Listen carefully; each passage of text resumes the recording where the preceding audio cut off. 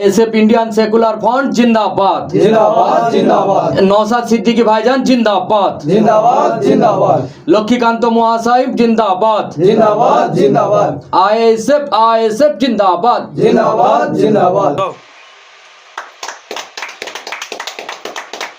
चलो সামনেই বিধানসভা ভোট, তার আগে আইএসএফ এর তরফ থেকে বিভিন্ন কর্মসূচি নেওয়া হয়েছে এবং সামনে বিধানসভা ভোটকে লক্ষ্য রেখে আপনাকে দায়িত্ব দিল, তার কী করবেন? আজকে আপনারা নিশ্চয়ই জানেন গত 26 তারিখে আমাদের ইন্ডিয়ান সেকুলার ফ্রন্টের চেয়ারম্যান ও আমাদের দল থেকে টোটালি পর্যবেক্ষকদের 81টা সিটে পর্যবেক্ষক ঘোষণা করলেন।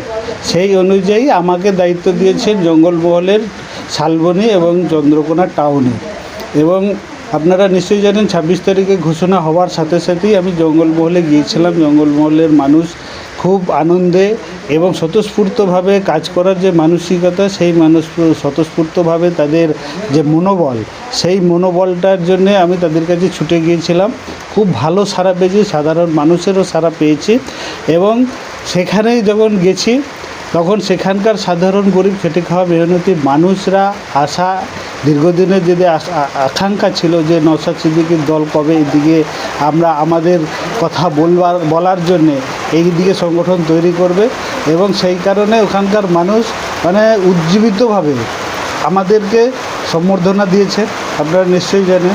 তারপরে আজকে আমি ফিরেই আমাদের যে হুগলি জেলার আমাদের সহকর্মী যারা হরিপাল ব্লকের, সেই হরিপাল ব্লকের পক্ষ থেকে তাদের সময় দিতে পারেনি, তারা কিন্তু আজকে আমার বাড়িতে তারা খবর পাওয়ার সাথে সাথেই তারা চলে এসেছে আমাকে সম্বর্ধনা দিতে। খুব ভালো লাগছে। এবং আমাদের কর্মীরা যে আমাদের যে কাজ করার জন্য তারা তৈরি আছে, এটা কিন্তু আমরা বুঝতে পারছি। বিধানসভা ভোটে জঙ্গলমহল হচ্ছে একটা ভোটের কাছে আশ্বাস বলে পাচ্ছেন?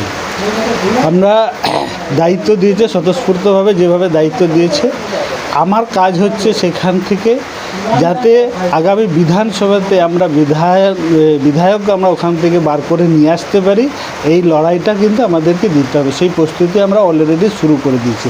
আপনারা নিশ্চয়ই জানেন যে আগামী 9ই আগস্ট থেকে বিশ্ব আদিবাসী দিবস এবং 15ই আগস্ট স্বাধীনতা দিবস আমাদের টোটালি যতগুলো বিধানসভা ঘোষণা হয়েছে, এবং রাজ্যব্যাপী আমাদের অধিকার যাত্রার ডাক দিয়েছেন আমাদের রাজ্য কমিটির তরফ থেকে। এবং আমাদের প্রথম যদি 9ই আগস্ট বিশ্ব আদিবাসী দিবস আমরা শালবনী বিধানসভায় আমরা করছি গোয়ালতরে, আমরা সেদিন থেকেই আমরা কাজ শুরু করে দিচ্ছি। আপনার নাম? আমার নাম লক্ষ্মীকান্ত হাসদা, আমি রাজ্য কমিটির সহ সম্পাদক। আপনাকে বারবার দেখা গেছে হরিপালে আপনাকে লড়াকু হিসেবে দেখা গেছে, কিন্তু হরিপাল একটা এমন জায়গা, সেই জায়গা তো এখনো পর্যন্ত নাম ঘোষণা হয়নি, সেই জায়গায় আপনি জঙ্গলমহল এবং তার সাথে শালবনীতে দায়িত্ব পেয়েছেন। হরিপালের কী হবে? আপনারা নিশ্চয়ই জানেন আমাকে রাজ্য কমিটির সহ সম্পাদক করেছে, তার সাথে সাথে হুগলি জেলার আমি সভাপতি। এবং আমাদের হুগলি জেলায় প্রথম পেজে আপনারা জানেন যে ধনেখালি, তারকেশ্বর, পুরসুরা এবং খানাকুলের পর্যবেক্ষকের নাম ঘোষণা করেছে, সেটা প্রথম পর্যায়ে। দ্বিতীয় পর্যায়ে আমাদের অনেক বাকি আছে, আমরা দ্বিতীয় পর্যায়ে খুব তাড়াতাড়ি ঘোষণা করবেন। যেমন আমাদের হরিপাল আছে, তার সাথে সাথে জাঙ্গিপাড়া আছে, চণ্ডীতলা আছে, এইগুলো দ্বিতীয় পেজে ঘোষণা করবেন। এবং আমাদের কর্মীরা তৈরি আছেন আগামীতে 2026-এর লড়াই দেওয়ার জন্য। তাদেরকে তো ফুল দিয়ে সম্বর্ধনা দেবেন, কি এই বিষয়টা কি আছে? আমাদের নওশাদ সিদ্দিকী ভাইজান যে থেকে নাম ঘোষণা করেছে সমস্ত ব্যক্তিদের, সেই থেকে আমরা লক্ষ্মীকান্ত হাসদা মহাশয়কে পাইনি পাশে, ইনি জঙ্গলমহলে চলে গিয়েছিল, সেই জন্য আজকে পেয়েছি ওনাকে। সেই জন্য আমরা হরিপাল ব্লক থেকে সমস্ত ব্যক্তি এসে ওনাকে সম্বোধনা জানালাম।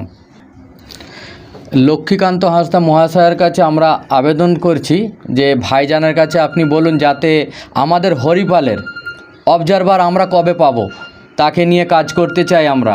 কেননা সবাই দেখছি রাস্তায় নেমেছে কাজের জন্য, সবাই কাজ করছে, আমরাও করতে চাই, ভাইজানের আদেশ অনুযায়ী কাজ করব।